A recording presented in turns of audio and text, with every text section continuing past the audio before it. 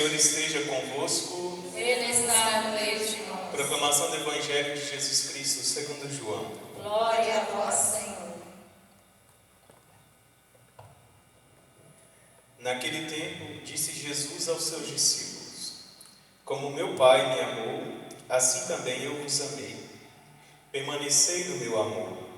Se guardardes os meus mandamentos, permanecereis no meu amor, assim como eu guardei os mandamentos do meu Pai e permaneço no seu amor. Eu vos disse isso para que minha alegria esteja em vós e a vossa alegria seja plena. Este é o meu mandamento: amai-vos uns aos outros como eu vos amei. Ninguém tem amor maior do que aquele que dá a sua vida pelos amigos. Vós sois meus amigos se fizerdes o que eu vos mando. Já não vos chamo servos, pois o servo não sabe o que faz o seu senhor. Eu vos chamo amigos, porque vos dei a conhecer tudo o que ouvi de meu Pai. Não fostes vós que me escolhestes, mas fui eu que vos escolhi e vos designeis para irdes e para que produzais frutos, e o vosso fruto permaneça. O que então pedistes ao meu Pai em meu nome, ele vô-lo concederá. Isto é o que vos ordeno: amai-vos uns aos outros. Palavra da salvação. Glória a vós, Senhor. O Senhor fez o indigente assentar-se com os nobres. O Senhor fez o indigente assentar-se com os nobres.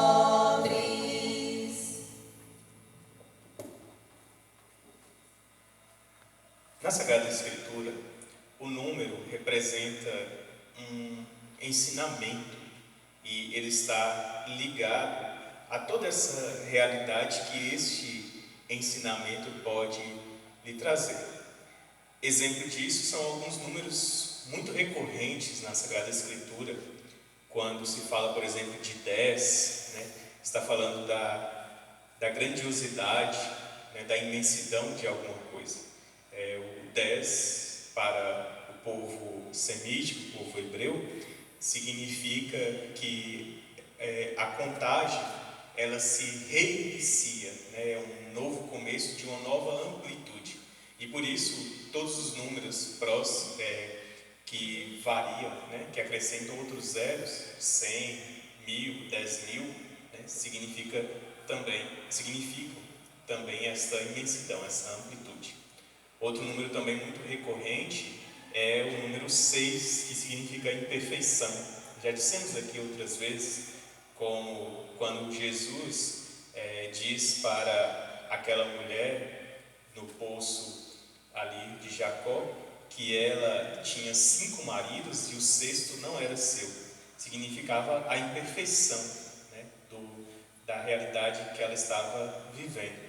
Ou como quando diz que no casamento em Caná da Galileia haviam 6 talhas de água, a 7ª que completava esse número para simbolizar então a perfeição era o próprio Cristo, aquele que daria o seu sangue em forma de purificação.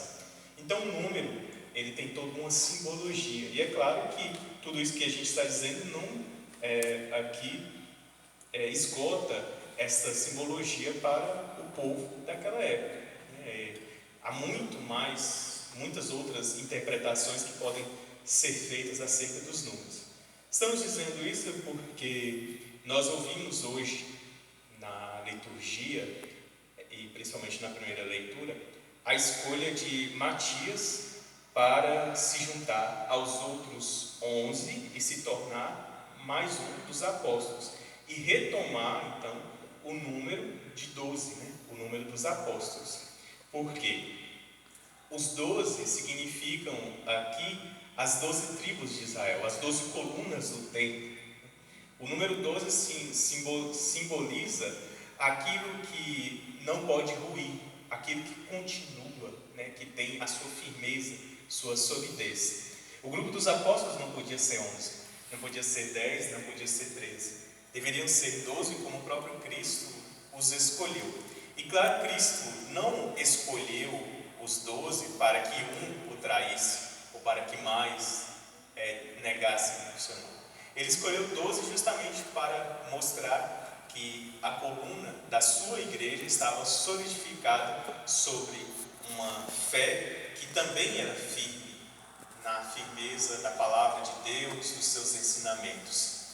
Então, quando os apóstolos, a pedido de Pedro, fazem esta reunião que nós ouvimos na primeira leitura, é justamente para retomar este ensinamento de Cristo. Se Cristo quis que o número dos seus apóstolos fosse 12, era preciso que depois da traição de Judas e sua morte, acontecesse então a escolha de alguém.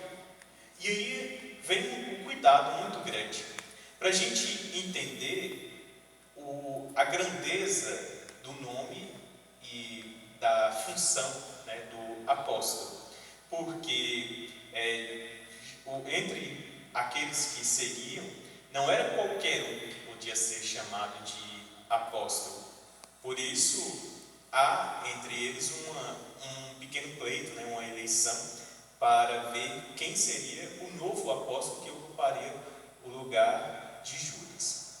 Há os dois nomes, né, do Barnabé e de Matias, e diz que ambos conheceram a Cristo. Esse é um critério muito importante para ser considerado um apóstolo.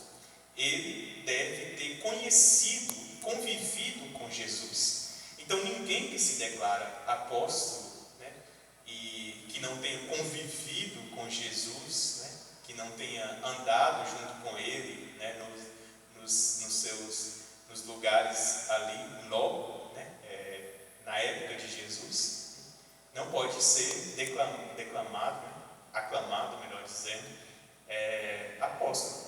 Apóstolos são só aqueles que Jesus escolheu e que depois, no caso de Matias, foi escolhido pelo grupo para que pudesse participar deste grupo.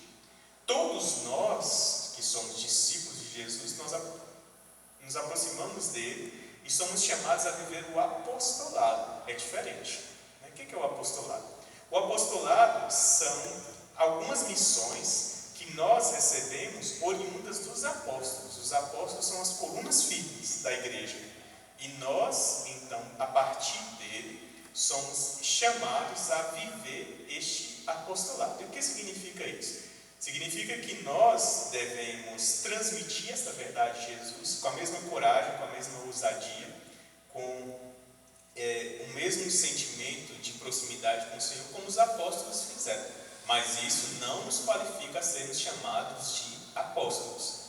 Nós vivemos o apostolado, vivemos o espírito de comunhão com aqueles que Cristo chamou, mas não somos apóstolos. Isso é importante para a gente poder definir, né, o que de fato o Senhor vem nos ensinar a partir desta liturgia de hoje. Com São Matias nós aprendemos o quê?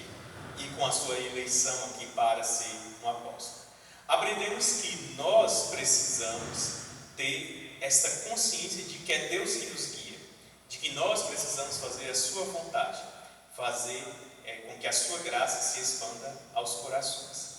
Precisamos também estar disponíveis, né? Imagine se Matias ou o seu colega, qual não foi escolhido, se ele dissesse, não, vamos deixar isso mais para frente, deixar esse negócio de apostolado para quando der certo.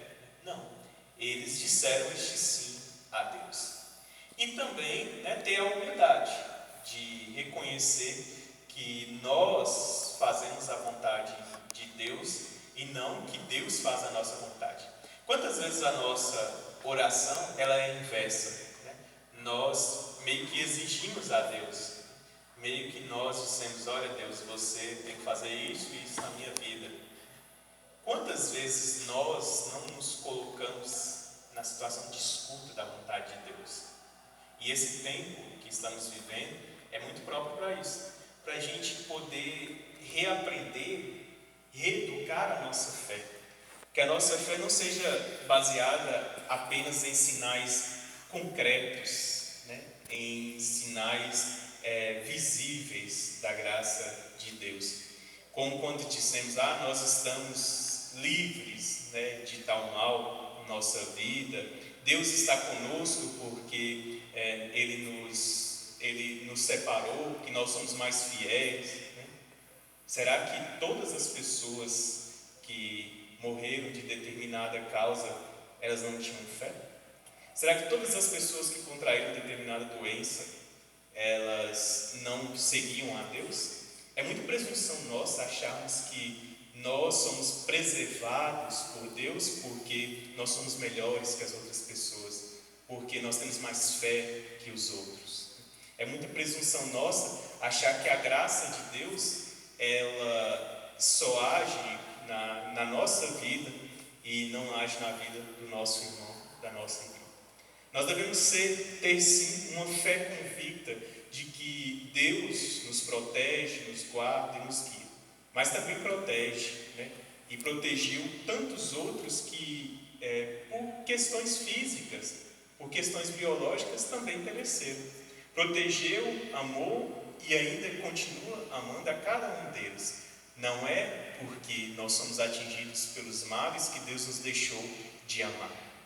Não é porque nós estamos correndo riscos que Deus se esqueceu de nós. Não.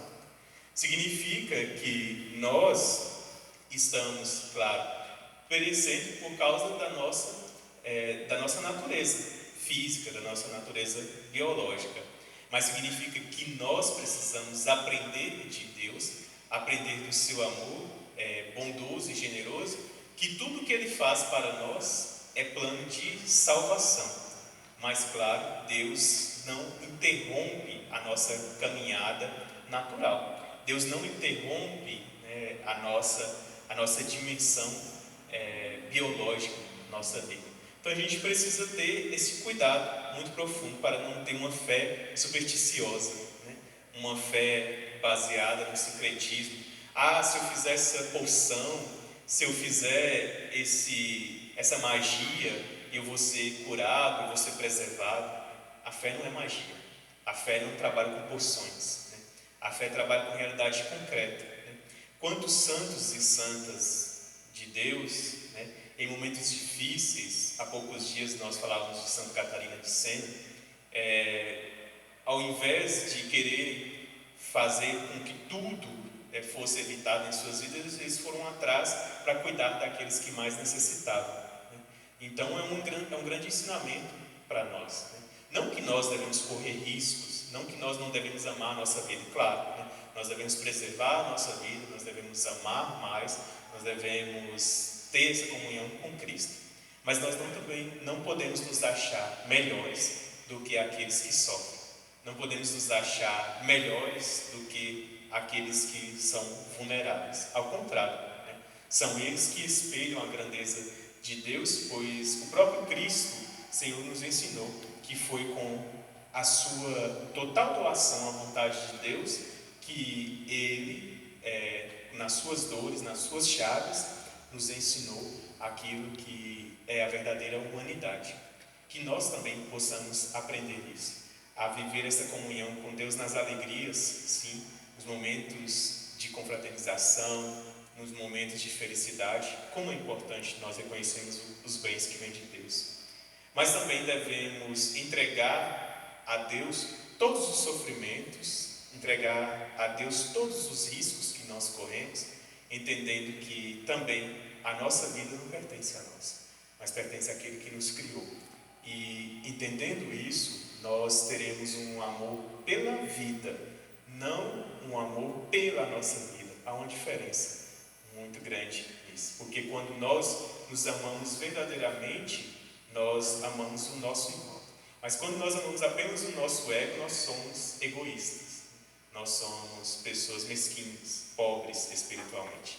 Por isso, o convite de Jesus para nós neste dia, a partir do exemplo de São Matias, é esse: de que o nosso apostolado seja um apostolado da entrega, um apostolado da confiança, mas também um apostolado que ensine uma fé verdadeira, não uma fé supersticiosa, não uma fé baseada apenas no nosso achar, né, do que é a nossa fé. Que o Senhor nos ajude cada vez mais a viver este amor pleno e que esse amor favoreça para que a gente seja verdadeiros e autênticos cristãos, compromissados com a sua aliança. Assim seja.